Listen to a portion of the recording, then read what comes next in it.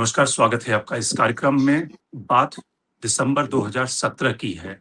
उस समय गुजरात विधानसभा के चुनाव चल रहे थे और उसी दौरान मणिशंकर अय्यर के घर पर हामिद अंसारी, पूर्व प्रधानमंत्री मनमोहन सिंह, पाकिस्तान के कुछ डिप्लोमैट और कसूरी साहब जो वहाँ के पहले विदेश मंत्री रह चुके हैं, उनके सम्मान में भोज का आयोजन हुआ था।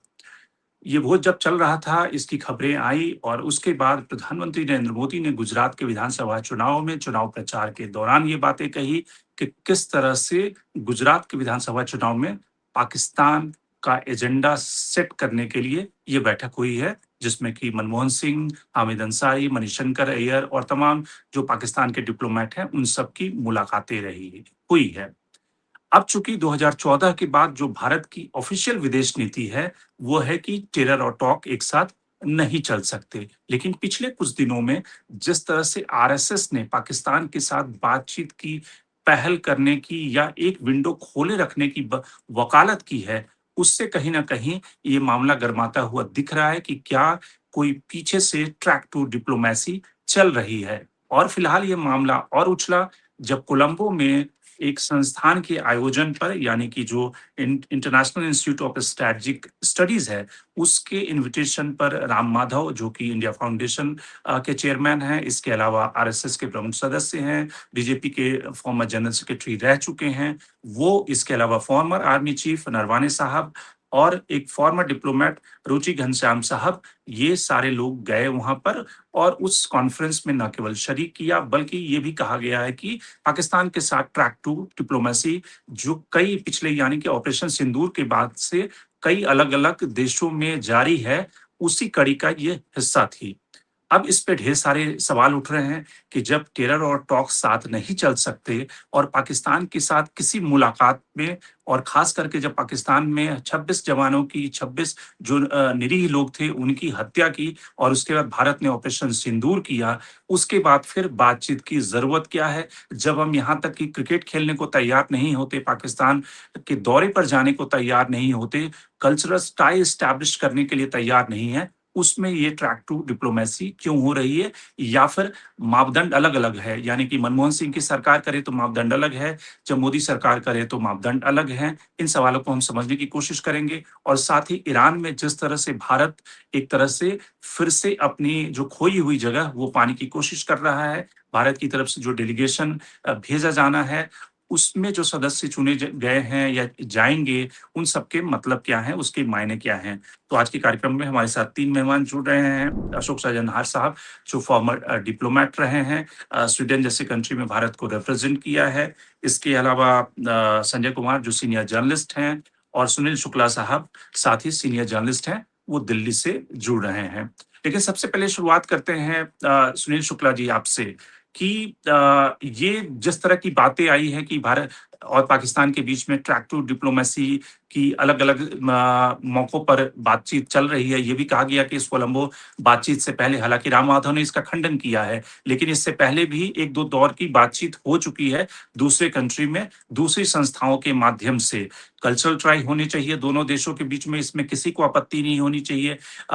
लेकिन बीजेपी के कई सदस्यों ने कई बार इसका मज़ाक उड़ाया था कि मोमबत्ती वाले ये चले जाते हैं मोमबत्ती लगाकर भारत और पाकिस्तान के बीच में जब हमारे जवान शहीद हो जाते हैं। तो ये फिर इसकी शुरुआत क्यों हो रही है और इसके पीछे विरोध क्यों हो रहा है? ये थोड़ा समझाएँ। धन्यवाद निवेश जी। दरअसल ये जो आरएसएस के द्वारा जो प्रयास किया जा रहा है, यह कोई संबंधों को बेहतर करने की कोशिश नहीं है। यह संबंधों को बेहतर की कोशिश करने का एक नाटक है। आरएसएस अपनी इमेज बेहतर करना चाहता है। अभी पिछले दिनों यूएस में भी इसी तरह से एक थिंक टैंक की बैठक में जो हसबुल्ला साहब थे, उनका भी इसी तरह का बयान आया। दरअसल जो दुनिया के पैमाने पर बड़े संगठन है, इंटेलेक्चुअल सोसाइटी है, सिविल सोसाइटी है, उसका संवाद आरएसएस से नहीं हो पाता, उनके अपने इसी रवैये के कारण। या उनको इमेज बिल्डिंग करने वाली जो कंपनियां हैं, उनके द्वारा इस तरह का परामर्श दिया गया है कि आप अपने आप को इस तरह से उदारवादी दिखाइए। आप अपने आप को अपने आप जो पड़ोसी राष्ट्र हैं भारत के, उनसे संवाद कायम करने और उनके सिविल सोसाइटी से बात करने की तरफ आगे बढ़ते हुए आप दिखिए। अन्यथा सवाल है कि अगर आप पाकिस्तान से संबंध सुधारना चाहते हैं तो फिर आरएसएस से क्या आवश्यकता है, सरकार क्यों नहीं पहल करती? विदेश मंत्रालय ने तो कह दिया कि नहीं, हमारी तरफ से कोई पहल नहीं है। या कुछ लोग हैं, उसने नाम भी नहीं लिया, वो कुछ लोग हैं जो ये पहल कर रहे हैं, उनका अपना निजी प्रयास है या अपने स्तर पर प्रयास किए जा रहे हैं। भारत सरकार तो इस पहल को स्वीकार नहीं कर रही है। इस पहल में कोई भी जो विदेश मंत्रालय का व्यक्ति है वह उपस्थित नहीं है, वह बातचीत में शामिल नहीं है। यह एजेंडा क्या? और विदेश, आप अगर आप संबंधों को सुधारते हैं तो एक स्ट्रक्चर्ड बातचीत होती है, उसका एजेंडा तय होता है, उसके लोग तय होते हैं, उसके बिंदु तय होते हैं। और लेकिन क्या ये डिप्लोमेसी जो जो होती है वो तो इसी तरीके से चलती है, उसमें कोई ऑफिशियल डेलीगेशन या ऑफिशियल लोग शामिल बिल्कुल हों ये कोई जरूरी नहीं है। उसमें जो बिल्कुल नहीं जरूरी है। कल्चरल सोसाइटी के लोग हैं, अलग अलग फील्ड के लोग हैं, वो मिलते जुलते रहें, एक्सचेंज करें अपने बातों को, और उसके बाद जब कोई नतीजा निकलने की स्थिति बनती है तब फिर सरकार की तरफ से डिप्लोमेटिक तरीके के जो लोग हैं, डिप्लोमेसी वाले, फॉरेन अफेयर्स के, वो शामिल होते हैं। बिल्कुल सही कहा आपने रमेश जी, लेकिन इस पहल को सरकार की सहमति होती है। सरकार स्वीकार कर रही है कि हमने सहमति दी है? वो तो नहीं कर रही है। आपका बिल्कुल सही कहना है कि अधिकृत तौर पे जो डिप्लोमेट्स हैं वो उनके बातचीत का तरीका अलग है, और ये जो ये बातचीत का तरीका अलग है, सिविल सोसाइटी के स्तर पर है, संगठनों के स्तर पर है। लेकिन इस बातचीत में भी सरकारों की सहमति होती है। ऐसा नहीं होता कि हम और आप बात करने लगेंगे और दो देशों के संबंध सुधर जाएंगे, ये नहीं है। तो पाकिस्तान को लेकर के, पाकिस्तान के खिलाफ बोलते रहना, ये तो भारतीय जनता पार्टी और आरएसएस की राजनीति है अभी तक की। वो कब इन कोशिशों को परवान चढ़ते हुए देखना चाहते हैं कि दोनों देशों के बीच संबंध सुधरे? ये तो आरएसएस के कई संचालक कह चुके हैं कि बातचीत का सिलसिला बंद नहीं होना चाहिए, एक खिड़की खुली होनी चाहिए, पीपल टू पीपल कॉन्टैक्ट को बढ़ावा दिया जाना चाहिए। कब आपने स्वीकार किया इसको? आप तो जो लोग पाकिस्तान से बात भी करना चाहते हैं उसकी भी आप आलोचना करते हैं। चीन के साथ आपने कितनी आपने कांग्रेस के ऊपर मिलने कितना पर इतनी हाई तौबा हो जाती है कि अगर पाक हाई कमीशन उनके यहाँ कोई चला जाए तो उस पे इतनी हाई तौबा हो जाती है कि ये ईद पाकिस्तानी की है, मुबारकबाद देने कोई चला जाए, ईद का मुबारकबाद देने चला जाए कोई नेता, तो ये लोग ऐसा भाषण करने लगते हैं कि पता नहीं कौन सा खुफिया आप डॉक्यूमेंट देने जा रहे हैं। सवाल ये नहीं, सवाल ये है कि यह केवल और केवल इसको यह संघ के द्वारा एक अपनी इमेज बिल्डिंग की कोशिश है। ठीक है, दुनिया के पैमाने पर जो इंटेलेक्चुअल सोसाइटी है, थिंक टैंक्स है, उनमें अपनी उपस्थिति दर्ज कराने की कोशिश है, न तो सरकार की ओर से, न ही संघ की ओर। और आपने जो ईरान की बात की, ईरान में कैसे संबंध आपका बेहतर हो जाएगा? आप कौन जा रहा है? बिहार के गवर्नर साहब जा रहे हैं। उस पे हम आएंगे, पहले पाकिस्तान पे एक कमेंट लेते हैं अशोक सजनार साहब से। अशोक जी, आप तो इतने सालों अपने डिप्लोमेसी में गुजारे हैं, तो ये जो राम माधव की जो पहल है, जो इस तरह के एफर्ट किए जा रहे हैं, एक तो इसको कह सकते हैं कि ठीक है, इस तरह के इंस्टीट्यूशन अलग अलग जो सोसाइटी के हैं बने हुए थिंक टैंक हैं, वो लोगों को बुलाते हैं, वहाँ पे बातचीत होती है, लेक्चर होता है, ये एक सामान्य प्रक्रिया है। लेकिन आपको लगता है कि इसमें कुछ बिटवीन द लाइंस पढ़ा जाना चाहिए, या फिर जिस तरह से लोग इस पे प्रतिक्रिया दे रहे हैं कि आप जब यूपीए की सरकार या कांग्रेस के लोग जब मिलते हैं तो आप उनको पाकिस्तानी कह देते हैं, लेकिन अब जब आप गुपचुप मिल रहे हैं, बातें कर रहे हैं, वार्ता की शुरुआत कर रहे हैं, तो आपके ऊपर क्यों ऑब्जेक्शन न उठाया जाना चाहिए? जी धन्यवाद रमेश जी। देखिए, मेरे विचार से एक तो ये कोई गुपचुप नहीं मिले हैं। अगर गुपचुप मिले होते तो फिर किसी और तरीके की खबरें सामने आती। ये तो IISS आपने खुद कहा है, ये तो बहुत विश्व की जानी मानी, बहुत ही विख्यात एक संस्था है, और उसने एक बड़ा ओपन, ये हर साल का इनका एनुअल साउथ एशिया डायलॉग होता है, कोई गुपचुप की बात नहीं है। देखिए, दूसरे में आप किसी भी देश से बात करें, पाकिस्तान से भी बात करें, अगर नॉर्मल आपके हालात हैं तो उसमें कोई दिक्कत की बात नहीं है।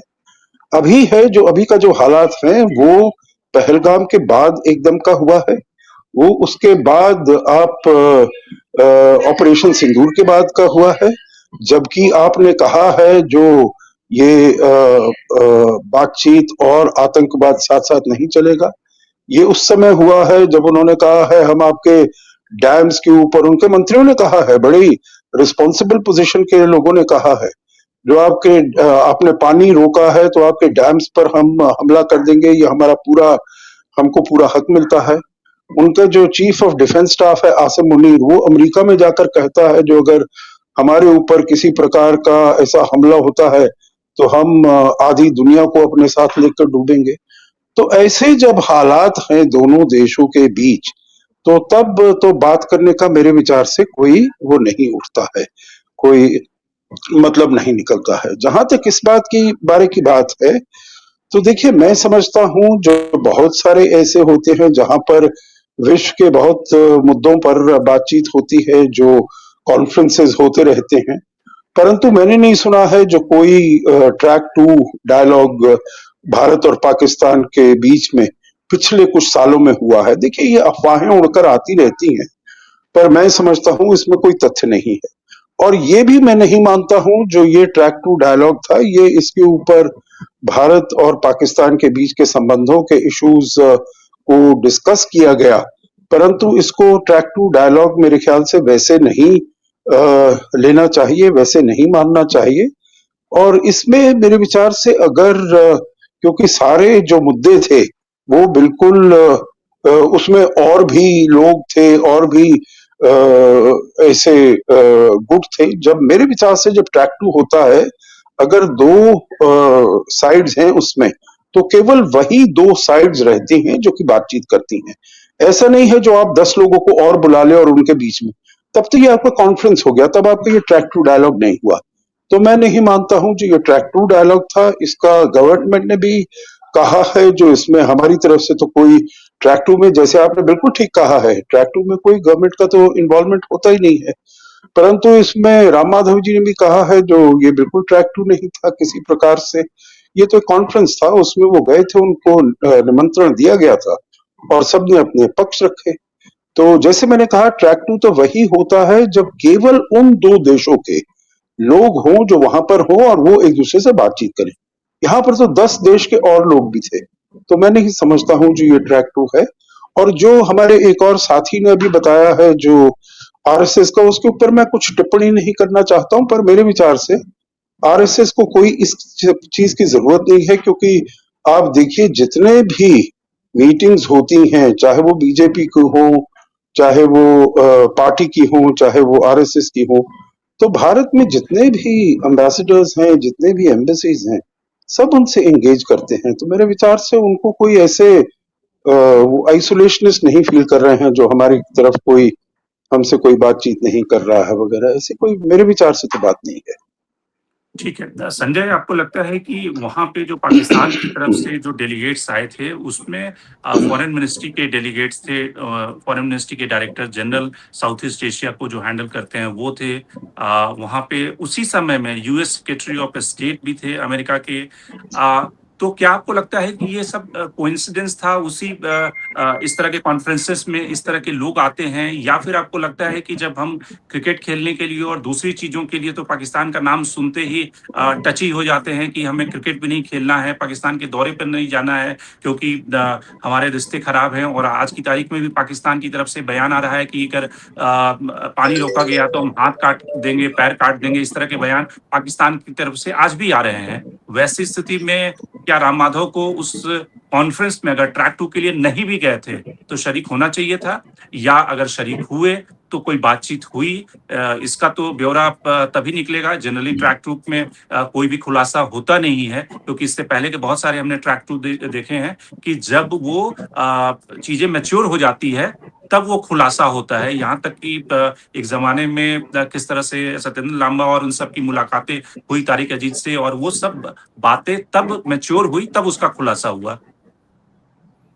देखिए नमस्कार। ये अच्छी बात है, मुझे ये अच्छी बात लग रही है कि कम से कम एक बज़ है कि इंडिया पाकिस्तान के बीच में ट्रैक टू ही सही और ट्रैक टू 4 ही सही, कोई भी ट्रैक की बात चल रही है।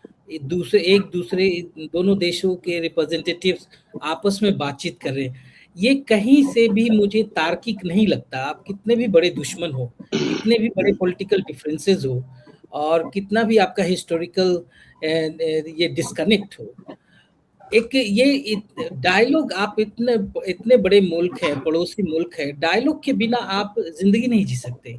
आज डायलॉग इज इम्पोर्टेंट। अगर डायलॉग आज तक पाकिस्तान से नहीं कर रही है इंडिया, तो इट्स रॉन्ग। मैं तो प्रो डायलॉग में विश्वास करता हूँ। और ये चलिए आरएसएस के की जो भी मंशा हो, जो भी वो गवर्नमेंट के लिए अगर फेस सेविंग के रूप में आ रही हो, या अंडर यूएस प्रेशर ही हो, या अंडर यूएस क्योंकि आरएसएस मीडिएशन के हो। सीनियर फंक्शनरी से 2 बार ये स्टेटमेंट आया है, यस, तो जिस ये बात का आप इशारा कर रहे हैं कि यूएस के दबाव में कहीं यस तरफ से सरकार की जगह आरएसएस बयान दे रही है, क्योंकि 2 सीनियर फंक्शनरी ने अपने इंटरव्यू में ये बातें कही।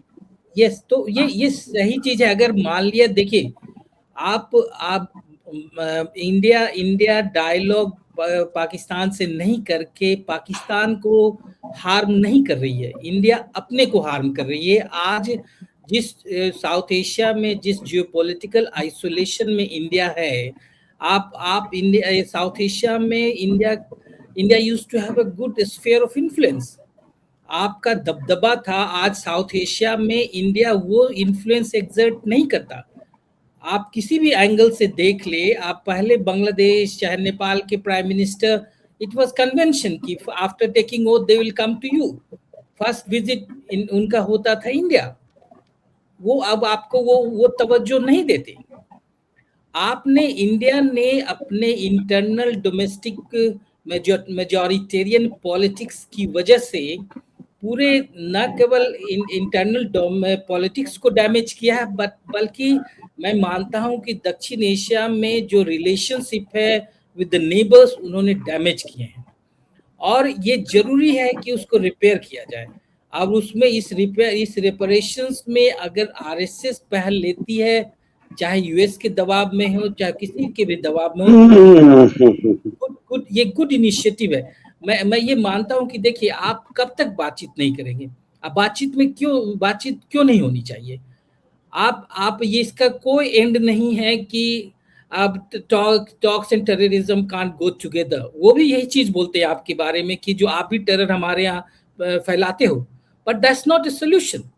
आप एक प्रैग्मेटिक, चाइना से आपके इतने ज्यादा प्रगाढ़ डिफरेंसेस है, पॉलिटिकल डिफरेंसेस हैं। आप चाइना, अभी भी कल भी न्यूज था कि आज चाइना ने अरुणाचल के बहुत सारे लैंड को कब्जा कर लिए।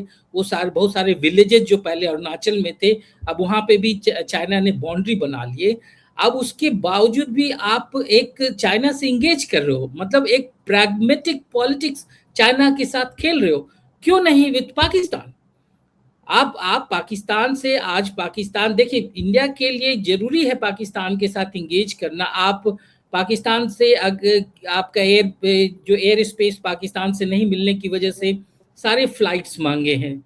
आप देखिए, पाकिस्तान से इंगेज नहीं करने की वजह से आप इंटरनेशनली आप एक उस वैसे कंट्रीज नहीं माने जाते हैं जो प्रो पीस हो, जो विश्वास करती हो शांति फैलाने में, जो विश्वास करती हो इंगेजमेंट में। आप नहीं माने जा, आपने अपने पॉलिटिक्स की वजह से इंटरनेशनल एरिना में अपने को आइसोलेट किया है। You are not gaining brownie points.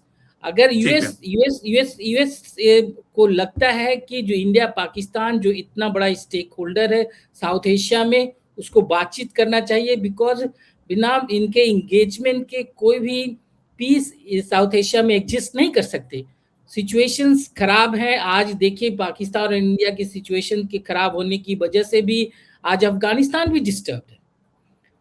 ये साफ बात है। तो आपको यू हैव टू आप कितने दिन आप उसी पॉलिटिक्स के प्रिजनर बनकर रहेंगे कि talks and terrorism can't go together? अगर आप में एक इवॉल्व लीडरशिप हमेशा एक इवॉल्व पॉलिटिक्स प्ले करता है। अगर Pakistan is a big market, आप इकोनॉमिकली इंगेज करो पाकिस्तान को। ठीक है, तो कुल मिलाकर बात होनी चाहिए। इकोनॉमिकली इंगेज होना चाहते हैं क्या? आपने इंडिया का स्टेक इंटरनेशनल एरिना में ज्यादा है। You are a big country, initiative आपके तरफ से होना चाहिए। लेकिन इंडिया ने डोमेस्टिक पॉलिटिक्स इतनी खराब कर ली है, इतना नैरो पॉलिटिक्स हो गया है कि जो इसकी वजह से it has become difficult, Modi government के लिए पॉसिबल नहीं है कि जो वो पाकिस्तान को एंगेज करे। इसके लिए वो आरएसएस को फ्रंट कर रही है कि आप इस पे इनिशिएट करो। ठीक है। इस बहुत प्रेशर में है ये गवर्नमेंट। ठीक है। अशोक जी, आपसे एक टिप्पणी, क्या आपको लगता है कि अमेरिका के दबाव में ये सब चीजें आगे बढ़ रही है? क्योंकि ट्रंप का एक बड़ा दबाव जिस तरह से बाकी देशों के ऊपर एक डिप्लोमेटिक रिलेशनशिप को लेकर, ट्रेड रिलेशनशिप को लेकर रहा है, आपको लगता है कि इस तरह की संभावना हो सकती है कि अमेरिका ने दबाव डाला हो कि भाई आप लोग बातचीत करें? जी, देखिए, अगर आप मुझे इजाजत दें तो 2 टिप्पणियां की हैं हमारे साथियों ने, तो उसका मैं जरा जवाब दे दूं। एक टिप्पणी एक्चुअली आपने की है, वो है जब आपने एम्बेसडर सती लांबा का जिक्र किया। देखिए, उनको आप ट्रैक 2 में मत लाइए, वो तो बिल्कुल ट्रैक 1.0 थे, क्योंकि उनको तो एज बैक चैनल नेगोशिएटर बिल्कुल, सरकार ने खुद नियुक्त किया था। बिल्कुल। उनको इसलिए नियुक्त किया था जो आप गवर्नमेंट के उसके अलावा आप उनसे बातचीत करिएगा, बैक चैनल्स करिए। देखिए, बैक चैनल और ट्रैक 2 में बहुत अंतर होता है, तो इसीलिए हमको आपके जो इतने हजारों लाखों में सुनने वाले हैं उनके लिए थोड़ा सा क्लैरिटी होना चाहिए। जो एक ट्रैक 2 है, एक ट्रैक 1.5 है, जिसमें कि गवर्नमेंट ऑफिशियल्स अपना पार्टिसिपेट तो करेंगे, परंतु अपनी इंडिविजुअल उस पर वो बातचीत करेंगे। फिर ट्रैक 1.0 है और फिर बैक चैनल्स है। तो बैक चैनल का मतलब है जो बिल्कुल ही कॉन्फिडेंस है उन आदमियों का, जैसे कॉन्फिडेंस आपने बैक चैनल के लिए श्याम सरन को न्यूक्लियर इश्यूज के ऊपर आपने स्पेशल एनवॉय नियुक्त किया था। आपने इनको भी किया था जब डॉक्टर मनमोहन सिंह थे, तो और दूसरे हमारे जो मेनन जो थे, शिवशंकर मेनन, उनको भी अपॉइंट। शंकर में तो वो अलग चीज होती है बिल्कुल, तो उससे एक तो कंफ्यूज नहीं होना चाहिए। दूसरी बात, देखिए, आरएसएस के कुछ नेताओं ने अगर ऐसी बातें कही हैं, तो मेरे विचार से कोई भी थिंक टैंक, ये तो इंडिया तो इंडिपेंडेंट कंट्री है, इंडिया तो बिल्कुल फ्री कंट्री है, यहाँ पर तो कोई अपने मन की बात बोल सकते हैं। तो इसीलिए सरकार को कुछ बताने के लिए जो आपकी ये जो नीति है, इसमें आप थोड़ा सा ये भी देख लीजिएगा, थोड़ा वो भी सोच लीजिएगा। तो ये कहने के लिए चाहे आरएसएस कहती है, चाहे कोई और थिंक टैंक्स कहते हैं, मेरे विचार से उसमें कोई खराबी नहीं है। उसमें ये नहीं है जो सरकार अपना पक्ष बदल रही है, या सरकार को ठीक है, उसके लिए एक और मुद्दा आपने दिया है, उसके ऊपर आप सोच रहे हैं।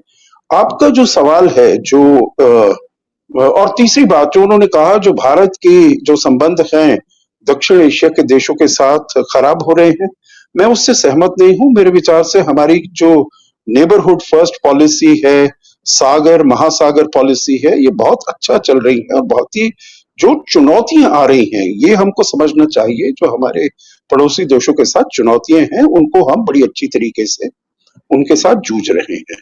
आपका जो प्रश्न है रमेश जी, जो क्या अमेरिका की तरफ से, मेरे विचार से अभी तक अमेरिका की तरफ से कोई इस प्रकार का दबाव नहीं आया होगा जो बातचीत करने के लिए। और मैं समझता हूं जो अगर आएगा भी तो भारत इतना सशक्त है जो उसके सामने खड़ा हो सके। देखिए, अगर हम रूस से तेल लेने के लिए, रूस से हम अगर हथियार जो हैं S-400 हैं और चीजें हैं, अमेरिका आपको कहता है जो आप मत लीजिए, परंतु आप अपने हितों को देखते हुए आप उसको नहीं मानते हैं, आप वो करते हैं। तो इसीलिए मैं समझता हूं जो इस मामले में जो आप पाकिस्तान से बात करिए, अगर उनकी तरफ से, अमेरिका की तरफ से कोई दबाव आता भी है, तो भारत बिल्कुल सशक्त है उसके सामने खड़ा होने में और वैसा करने में जो भारत समझता है जो उसके अपने हित में है, ना कि जो कोई और कहेगा हमें। अशोक जी, सवाल इसलिए लोग उठाते हैं कि जब कांग्रेस का कोई नेता मिलता है पाकिस्तान के किसी डिप्लोमेट से, किसी से किसी भी फोरम पे मुलाकात हो जाए, आप लाहौर चले जाएं किसी की शादी में भी, तो ये कह दिया जाता है कि अच्छा, ये तो जरूर कोई पाकिस्तान का एजेंडा भारत में लागू करने के लिए गया होगा, शादी अटेंड करने गया होगा। और इस तरह के इंस्टेंसेस हमने देखे हैं। लाहौर में कई शादियां हुई थी जिसमें कि शरीक होने पर भी आवाज उठाई गई, उंगलियां उठाई गई। अब यहाँ पर आरएसएस के प्रमुख व्यक्ति जाते हैं, कॉन्फ्रेंस में मुलाकात होती है, बातचीत होती है, नहीं होती है, ये अभी तक पब्लिक डोमेन में नहीं आया है। तो इसलिए डबल स्टैंडर्ड के ऊपर लोग सवाल उठा रहे हैं। जी, देखिए ये सब पॉलिटिक्स की बातें हैं, मैं इसमें इतना ज़्यादा नहीं पढ़ना चाहूँगा, ठीक है। दोनों तरफ पॉलिटिक्स करते हैं, एक ऐसा नहीं है जो एक ही तरफ वो पॉलिटिक्स की जाती है। अब इसमें भी ये हो रही है और मेरे विचार से अगर इस प्रकार के मुद्दे हैं, मैं आपको बताता हूँ क्योंकि जब ये मोहम्मद यूनुस के समय में मुझे भी बहुत बारी बांग्लादेश जाने का वो हुआ इनविटेशन आया। मैंने कुछ को एक्सेप्ट किया, कुछ को नहीं एक्सेप्ट किया, ये देख कर के वहाँ पर क्या बातचीत होने वाली है। तो इसीलिए ये हर एक के ऊपर अपने ऊपर निर्भर करता है क्योंकि गवर्नमेंट इसमें कोई सपोर्ट नहीं करती है। ये आपके ऊपर निर्भर करता है, आप इसको डिसाइड करिए, जो आपको वहाँ पर जाना चाहिए या नहीं जाना चाहिए। मेरे अपने बहुत ऐसे कॉन्टैक्ट्स होते थे जो पाकिस्तान के, चाहे वो जर्नलिस्ट हों, इनसे हो, उनसे। परंतु अगर मैंने अपने लिए ये निर्णय किया है जो जब से पहलगाम हुआ है, ऑफ सिंदूर हुआ है, मैं ऐसे कोई कनेक्शंस नहीं रखूंगा। पर ये हर एक के ऊपर अपने ऊपर डिपेंड करता है। जैसे फॉरेन सेक्रेटरी विक्रम मिस्री ने कहा, देखिए ऐसे दर्जनों मीटिंग होती है, दर्जनों लोग इसको अटेंड करते हैं, दर्जनों जगह जाते हैं। तो हर एक की अपने ऊपर निर्भर करता है जो वो कैसे जिसे मैं कहूंगा ड्यू डिलिजेंस उनको करना चाहिए, जो इसमें मतलब कंट्रोवर्सी भी ना हो और अपने देश की जो पोजीशन है वो भी बरकरार रहे, वो भी संतुलित तरीके से हम उसको आगे लेकर जाएं।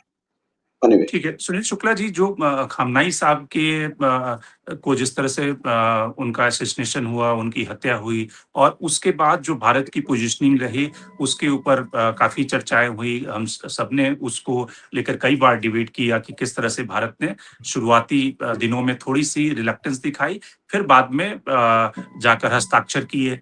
अब जो पूरी दुनिया से जो लोग जा रहे हैं वहाँ पर, उसमें जो भारत की तरफ से आमंत्रण तो प्रधानमंत्री मोदी को मिला, लेकिन प्रधानमंत्री की उस समय यात्राएँ हैं, विदेश यात्राएँ हैं, तो वैसी स्थिति में कोई दूसरा व्यक्ति जाएगा। कई सारे नाम आए जिसमें बिहार के गवर्नर का भी नाम आया, चूँकि वो एक प्रमुख शिया नेता भी हैं। आपको लगता है कि वो हम जो अपना ग्राउंड थोड़ा-सा खोए थे, उसको रिकवर करने की हम कोशिश कर रहे हैं, या फिर आपको लगता है कि और बड़े सीनियर सीनियर लेवल पर किसी व्यक्ति को भेजा जाना चाहिए था, हम ईरान के साथ और बेहतर संबंध प्रगाढ़ करने की दिशा में अगर आगे बढ़ना चाहते हैं तो?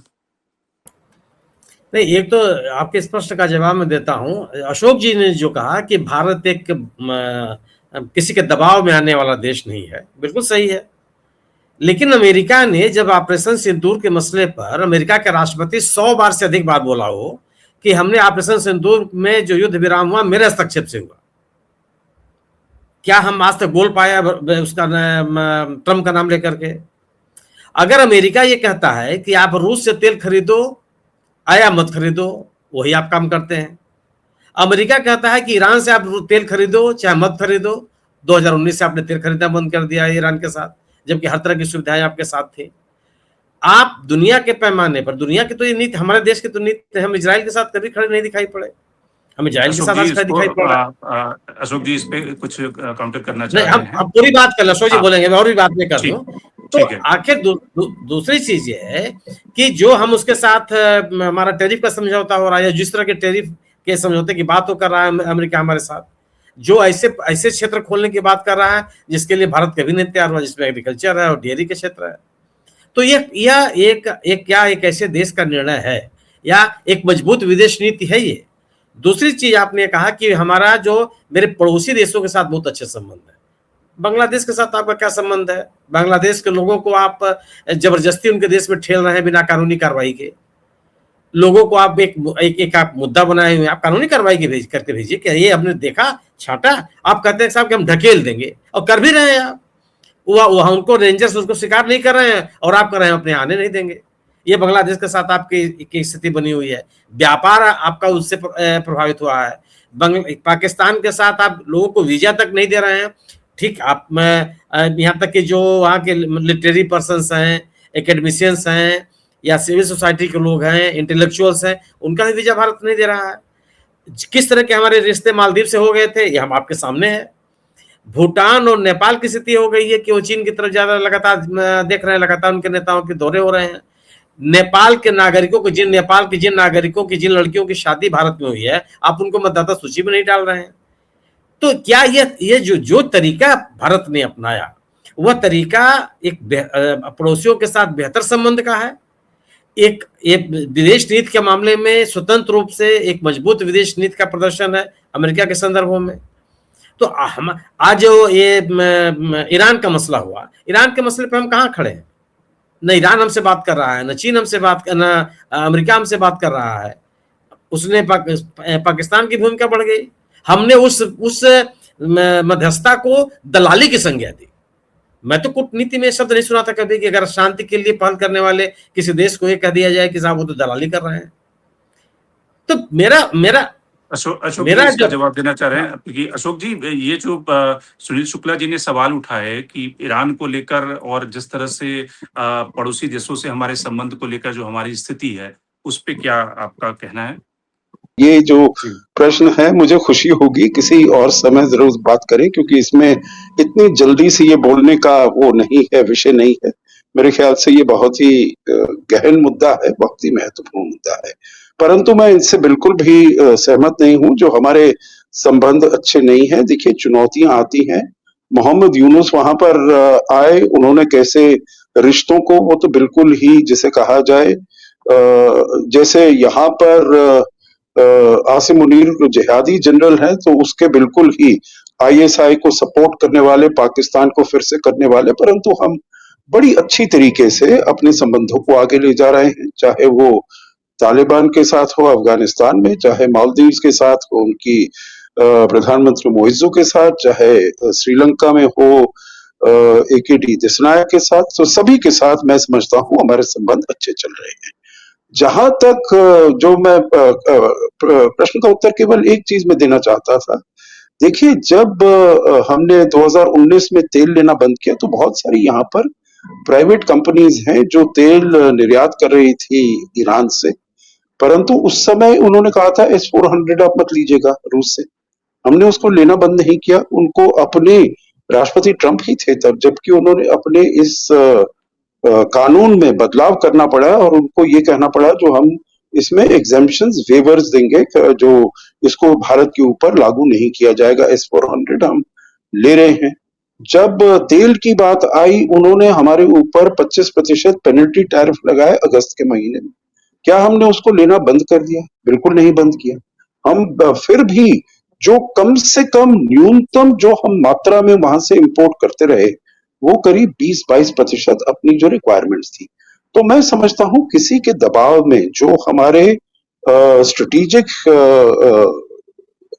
हित है, इंटरेस्ट है, उसको हम कभी नजरअंदाज नहीं करेंगे।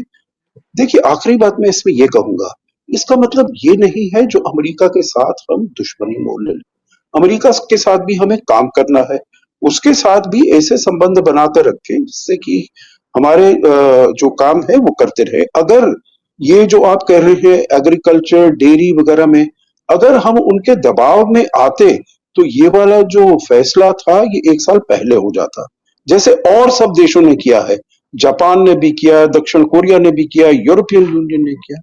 भारत एक अलग ऐसा देश है जो उनके सामने खड़ा रहा, झुका नहीं है और ना ही अब झुकेगा। और इसीलिए जो हमारे अपने हित में है उसी को हम आगे लेकर जाएंगे।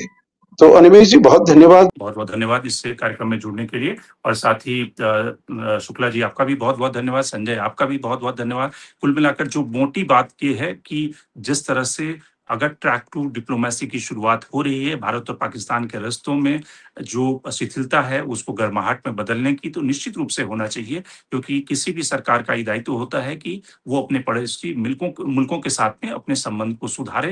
हालांकि भारत सरकार की जो नीति रही थी कि टेरर और टॉक्स नहीं चल सकते, अगर सरकार को ये लगता है कि उसमें बदलाव करने की जरूरत है तो निश्चित रूप से बदलाव करे, लेकिन डबल स्टैंडर्ड नहीं होना चाहिए। यानी कि जब विपक्ष के नेता कांग्रेस से या किसी अन्य पार्टी के नेता पाकिस्तान के नेताओं से मिले तो उन्हें देशद्रोही कहा जाए, लेकिन जब बीजेपी के नेता मिले या ट्रैक टू डिप्लोमेसी शुरू हो जाए तो उसको एक तरह से डिप्लोमेसी का हिस्सा माना जाए। ये कहीं ना कहीं बुनियादी फर्क है जिसका हमें ध्यान रखना चाहिए। तो आज के कार्यक्रम में इतना ही। देश और दुनिया की बाकी खबरों के लिए आप बने रहिए डायलॉग्स के साथ।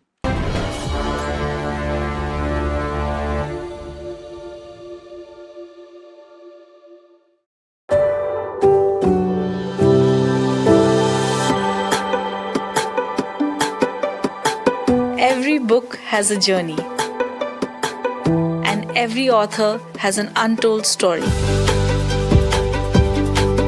Behind every powerful book lies curiosity, courage, and countless conversations. Discover them all on Books and Banter, a Dialogus Digital original series.